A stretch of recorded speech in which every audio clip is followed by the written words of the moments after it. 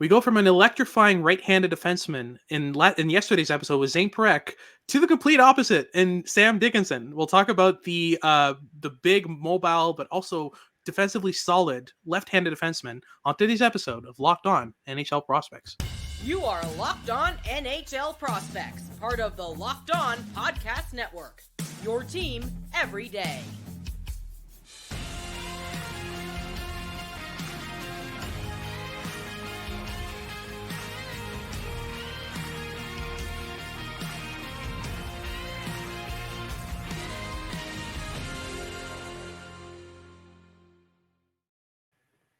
Hello and welcome back to Locked On NHL Prospects, part of the Locked On Podcast Network, your team every day.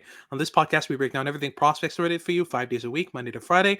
I'm Hattie Kalakash, joined today by our OHL scout at Dobber Prospects, Jordan Harris, to break down the game in detail and do a deep dive on Sam Dickinson, the left-handed defenseman out of London in the OHL. We're talking about a 6'3", 395-pound defensive rock out of the OHL, and still a player who's able to put up a point per game right now as of recording this for the London Knights. We'll get into the details of his game, start with the tools, the skating, the handling, the shot, the playmaking, all that good stuff in the first segment. In our second segment, we'll talk more about the toolkit and the habits in his game. And then in our final segment, we'll talk about Dickinson's projection at the NHL level, what his floor is, what his ceiling is, and which team would be the best fit. But before getting into any of that, please make sure to like and subscribe if you're watching on YouTube. Leave us a comment letting us know who you want us to cover next and what subjects you want us to cover in future episodes. And if you're listening on your favorite podcasting platform, please make sure to make us your first listen of the day and leave a written review. It helps the channel out a lot. So let's get started here with Sam Dickinson's profile. Like I said, 6'3", 195 pounds. Talk to me about the playing style specifically before we get into the tools. For sure. Yeah, so I think the thing I like to say about Sam Dickinson is if you were creating a player in NHL, it would probably look like him, at least on defense, right? Like the 6'3", 195 pounds. He hasn't even turned 18 yet. He's probably going to play in the NHL around 6'3", 6'4", well north of 200 pounds. And yeah, like he's got incredible speed for a player of his size. He's a great skater, and I don't mean he's a good skater because he's big. No, if he was 6 feet tall, he would be a great skater as well at that size. He's got a booming shot. Makes a great first pass, to start a breakout, and he's incredibly strong. Like he's physically mature beyond his years.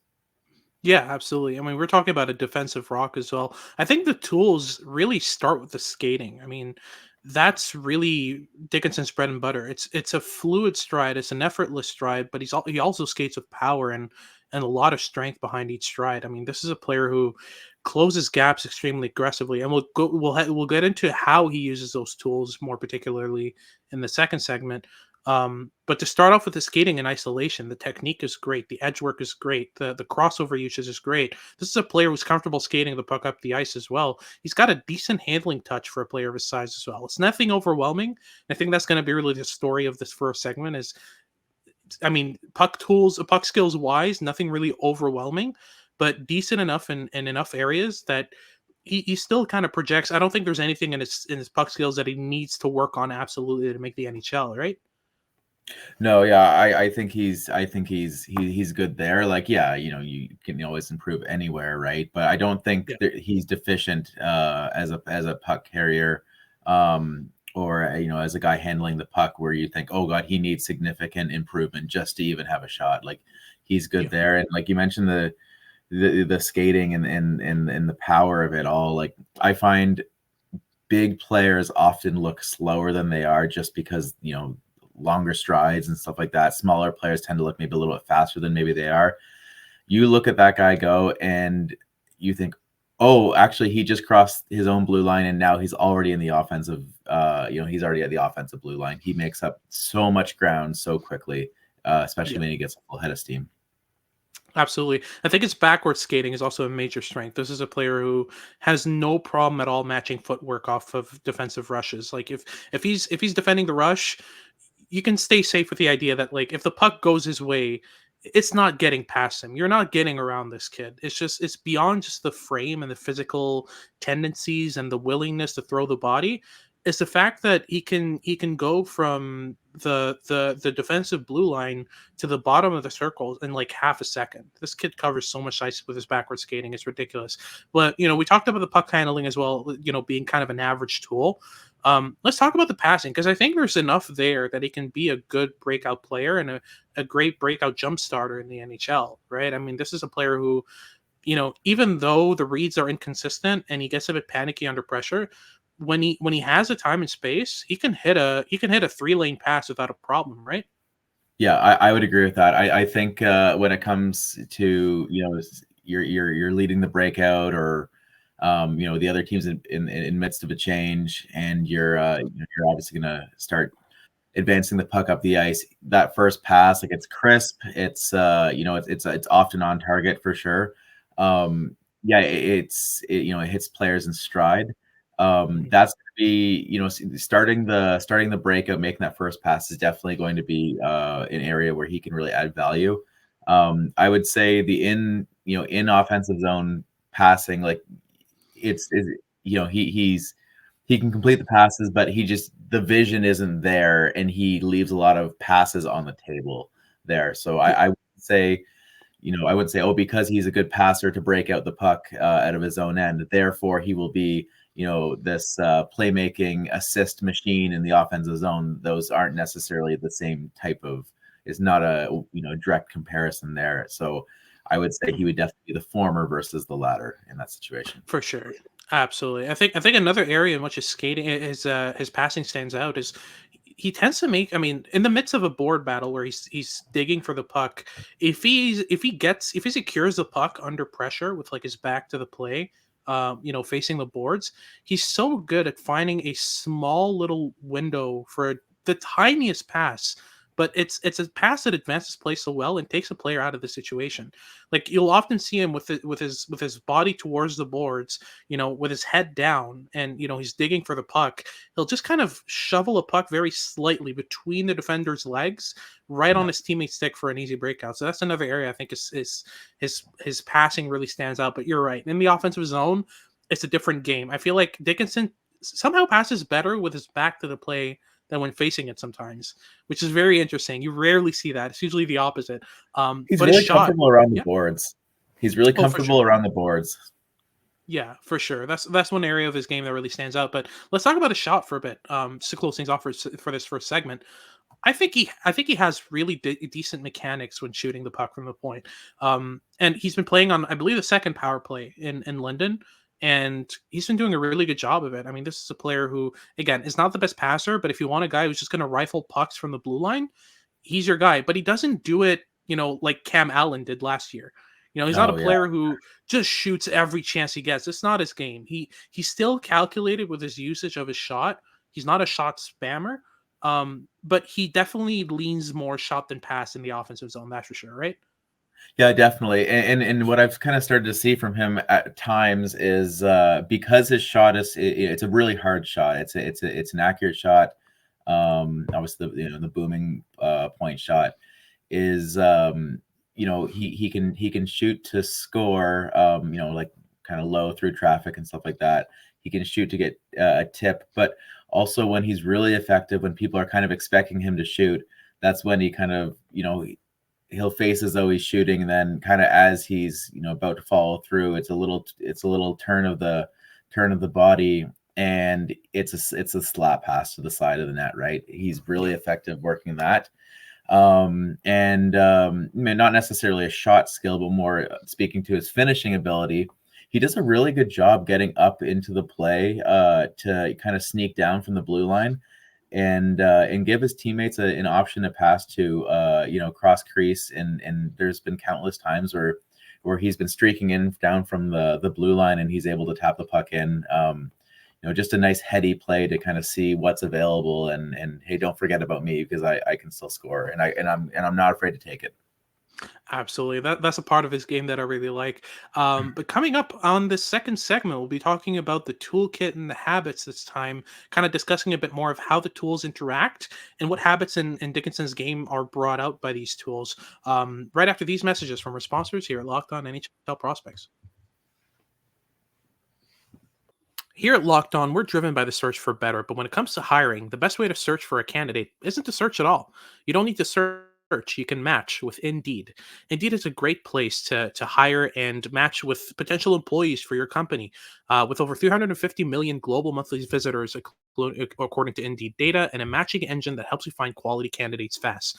Their matching engine is the highest quality you can get. They find potential employees with the exact attributes that you need for your job. If you need someone who's, especially timely because your job requires that, if you need someone who's, a hard physical worker for a specific job, any specific attribute you're looking for with an employee, Indeed is a great place in order to search for those candidates. And listeners of this show can get a $75 sponsored job credit to get your jobs more visibility at Indeed.com/locked on. Just go to Indeed.com/locked on right now and support our show by saying you heard about Indeed on this podcast. Again, that's Indeed.com/locked on. Terms and conditions apply, but if you need to hire, you need Indeed.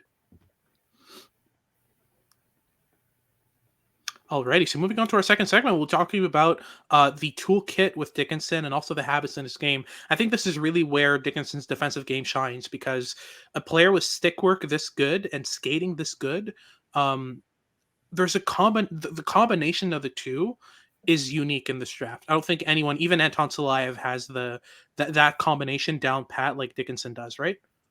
No, he's automatic. You mentioned earlier in the episode, his ability to defend the rush and the fact that he moves around so well, and that combination of movement, reach, and just the use of his stick. I don't think players realize how difficult it is getting around him because of that. And yeah, it's just he really knows, like, because he's so big and has the reach and he's got the skill set, or sorry, he's got the skating, all together. Yeah. He can afford to kind of give a little bit more to the outside because he can close that off, right? Like, not every defender has that, and he's really able to kind of give a little bit more of a gap because he knows full well he can close it, and they're not getting around him there. So yeah, he really meshes all that together. Yeah, you just can't overwhelm him. I think the only real issue, and that's more habits than toolkit, is he's pretty aggressive, and that can be a good thing, but I can also take him out of plays at times. I mean, I've seen him panic under pressure. I've seen him throw pucks up the boards. I've seen him disrupt a play fantastically and just not know what to do next. He's really focused on defense, which is great.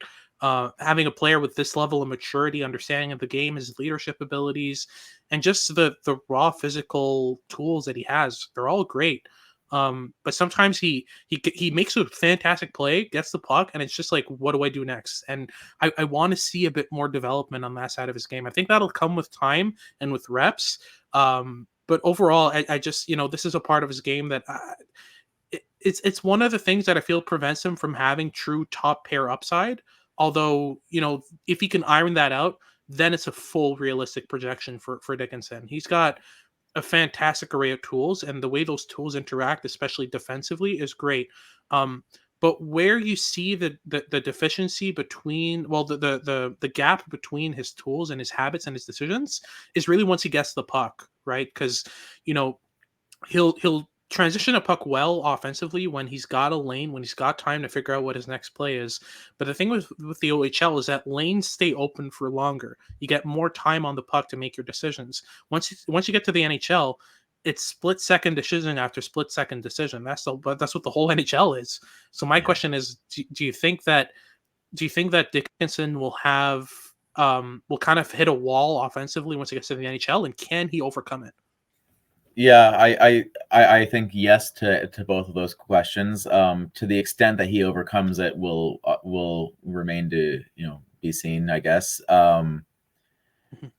Yeah, it's he's a great skater. Like, he can carry the puck, but it's it's when he's entering the offensive zone where I think whether he's starting to panic, he gets a little bit of tunnel vision, and then all of a sudden he is kind of not really utilizing the space that he's given. And like you mentioned, there's a lot more space in the OHL than there obviously will be in the AHL and the NHL there.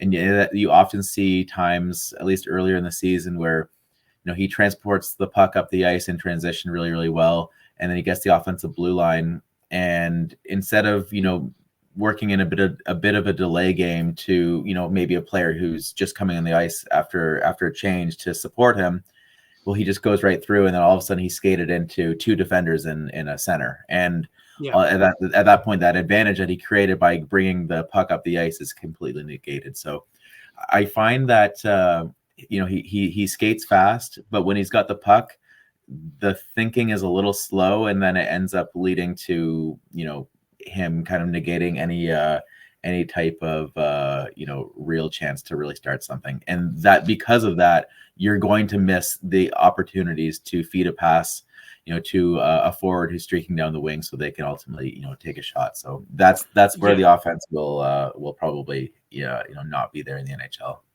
For sure. Yeah, I think that's a part of his game that obviously you can work on, but for me the main concern is in terms of habits, there are some concerns there that I think will still remain in the NHL, but these are things, I mean, that you can do without in the NHL still. For example, this is a player who when he's got a full steam of speed behind him, when he's built up his entire speed, doesn't really use speed change-ups in transition to create differentials, to create separation. He's a player who accelerates and then stays at that top speed. He doesn't slow down and speed back up. He doesn't, kind of separate from opponents, cut to the middle, slow down the pace of play. And what that does is because his processing isn't at that top speed level, like for example, on offense, we talk about Luke Misa a lot at Dauber Prospect. Luke Misa is a player who can handle that top speed without a problem because his processing is at that same pace. Dickinson has that discrepancy. So for that player to be consistently trying to hit his top speed, which he can't think at that speed, that's a concern for me. But like I said, this isn't something that prevents him from being a really, really efficient NHL player. I just don't think that this is a player you're going to want to have with the puck on his stick for very long, because all that's going to happen, he's going to speed up the pace of the play beyond what he can handle mentally, and that creates turnovers. That creates shots through three players for nothing, that kind of thing. Any other habits that stand out in Dickinson's game that you kind of see as either really, really good or something that he needs to work on, or somewhere in the middle? Yeah, I think something to kind of touch on, or that you touched on earlier, was he's really good in terms of in his own end along the boards, kind of pressured, and then he kind of does a little bit of a backhand pass to the center, who's ultimately kind of swinging around and they lead the breakout. But then at the time, other times you had mentioned that he'll win a board battle, or he'll win a defensive puck retrieval, puck race, and then all of a sudden it's like, oh, I've got options now, and then it's a pass right back to the other team's defenseman, and you're no further ahead, right? So Yeah, I definitely see that. Like he's generally speaking a good first pass guy, but I don't think you want him driving the play with the puck on his stick, and that's fine. That, like, not every defenseman needs to do that. exactly. Not everybody's going to be that guy who you always want carrying the puck up the ice. Absolutely, yeah. If you can find him a D man who can do that on his pairing, I mean, that's he's a player who plays specifically extremely well in very specific circumstances, and NHL teams love that, especially when it comes to defensive defensemen. But that wraps things up for our second segment. Coming up, we'll be talking about Sam Dickinson's projection at the NHL level, what his floor is, what his ceiling is, and which team would be the best fit for him after these messages from our sponsors here at Locked On NHL Prospects. Ibata is a free app that gives you the most cash back every single time that you shop on hundreds of items, from groceries to beauty supplies to toys. So you can make sure you're beating inflation no matter what you're purchasing. The average Ibata user earns $256 every single year. That could cover the cost of almost an entire grocery shopping trip. So you can buy that flight that you've been eyeing, that game you've been dying to go to, or the fancy dinner that you have been craving. Other apps give you points that don't amount to much, but with Ibata, you add your offers in the app, upload your receipt, and you'll get real cash back that you can cash out into your actual bank account, PayPal, or gift cards. Join the over 50 million users and earn cash back every single time that you shop from over 2,700 brands and retailers, including Lowe's, Macy's, Sephora, Best Buy, and far more. Right now, Ibata is offering our listeners $5 just for trying Ibata by using the code LOCKEDONNHL when you register. Just go to the App Store or Google Play and download the free Ibata app to start earning cash back and use code LOCKEDONNHL. That is IBOTTA in the Google Play or App Store and use code LOCKEDONNHL. Alrighty, so let's close things off here with our breakdown of Sam Dickinson's NHL projection, what his floor is, what his ceiling is, and what the NHL fit would be in terms of teams that could draft him and take the best out of Sam Dickinson. So let's start off with the projection here. As you said, right now he's a point per game as of recording this in the OHL with London, but he's getting really good minutes on a second power play. He's playing a lot of 5-on-5 minutes. I believe he's on their top pair. Like, he's getting a lot of looks right now in London. I don't see the point per game kind of keeping up even at the OHL level. It might even become something where he's flirting at that same level for the next year or two in the OHL before making the jump.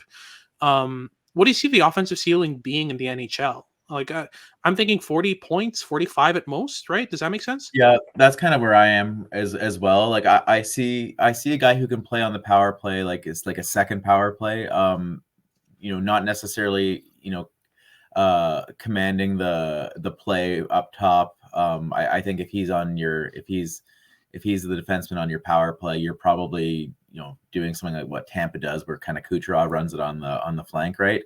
But you would have him there for the big shot, and also the ability to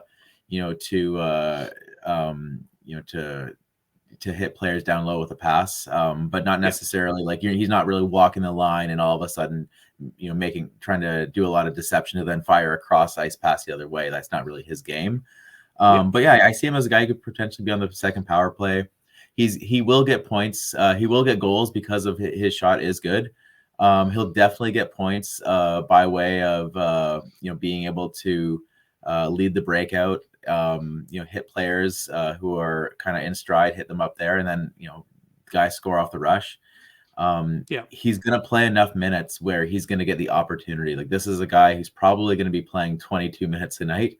That itself will lend you to just more opportunities for even secondary assists and stuff like that.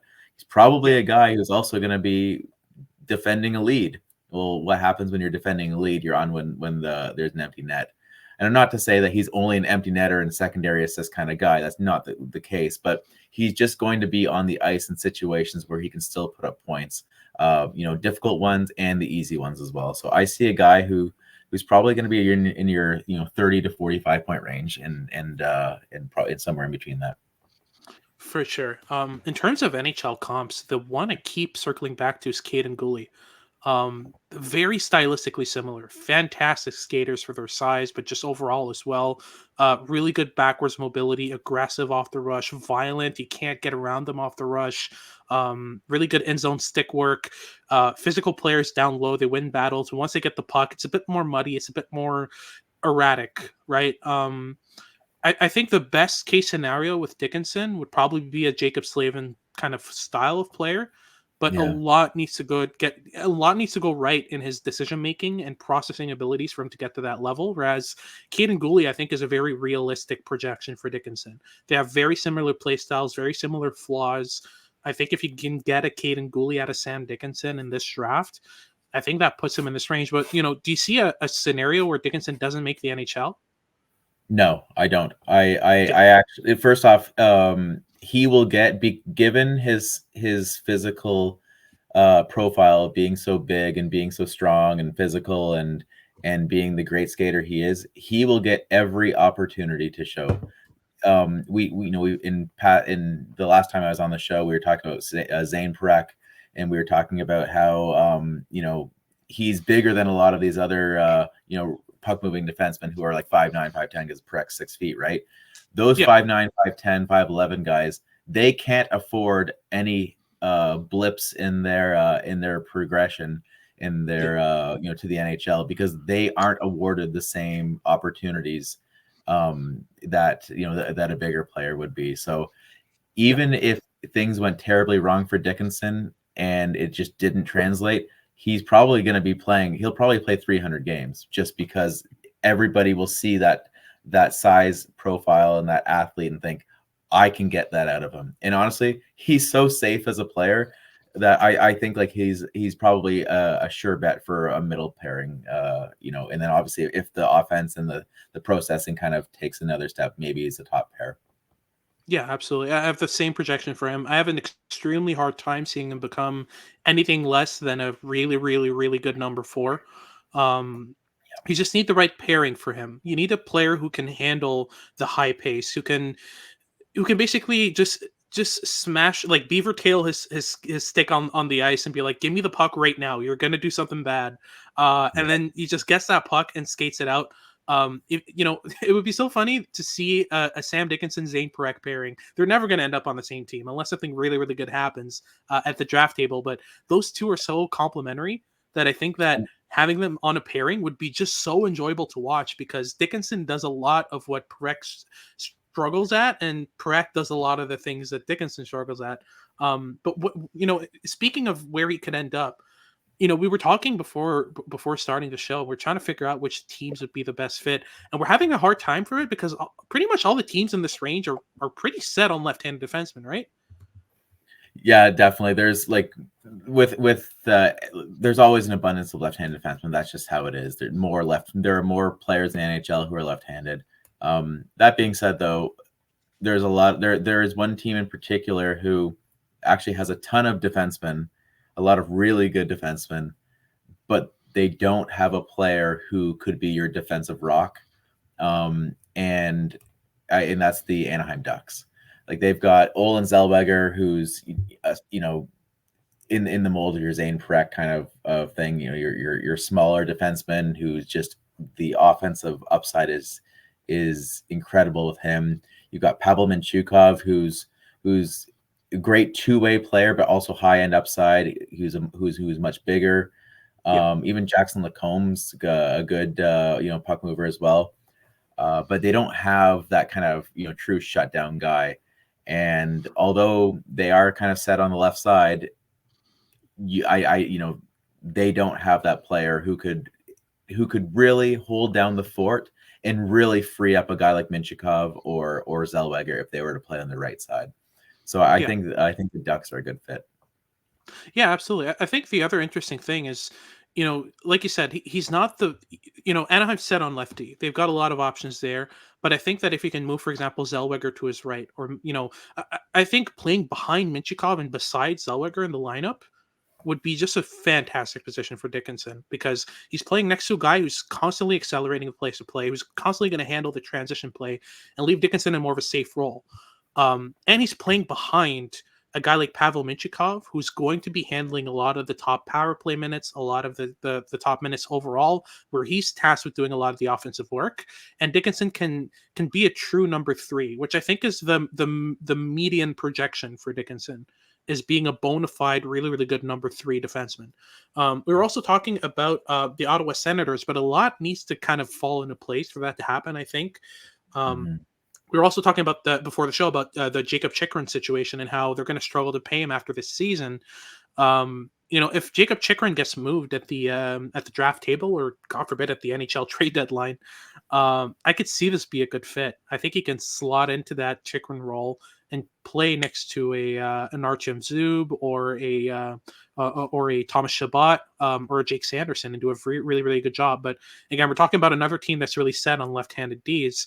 I was also thinking Seattle. If they trade up the board, if somehow Sam Dickinson slips down into the range, I don't think they have anyone like Sam Dickinson in their prospect pool. And having him play next to a Lucas Dragicevic or a Riker Evans down the line, we're talking about another team who has really good offensive defensemen, but not really anyone who can hold down the fort. And we can talk about Vince Dunn as well if he gets moved to the right, which he has in his career. Mhm. He's played on the right a ton. I think that'd be another combination of skills.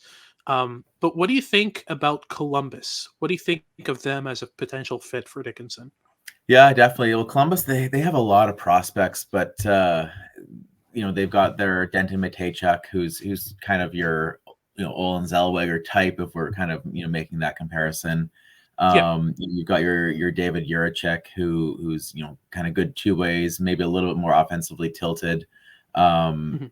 And they've also got Stanislav Svozil as well. But look, that team has struggled to defend.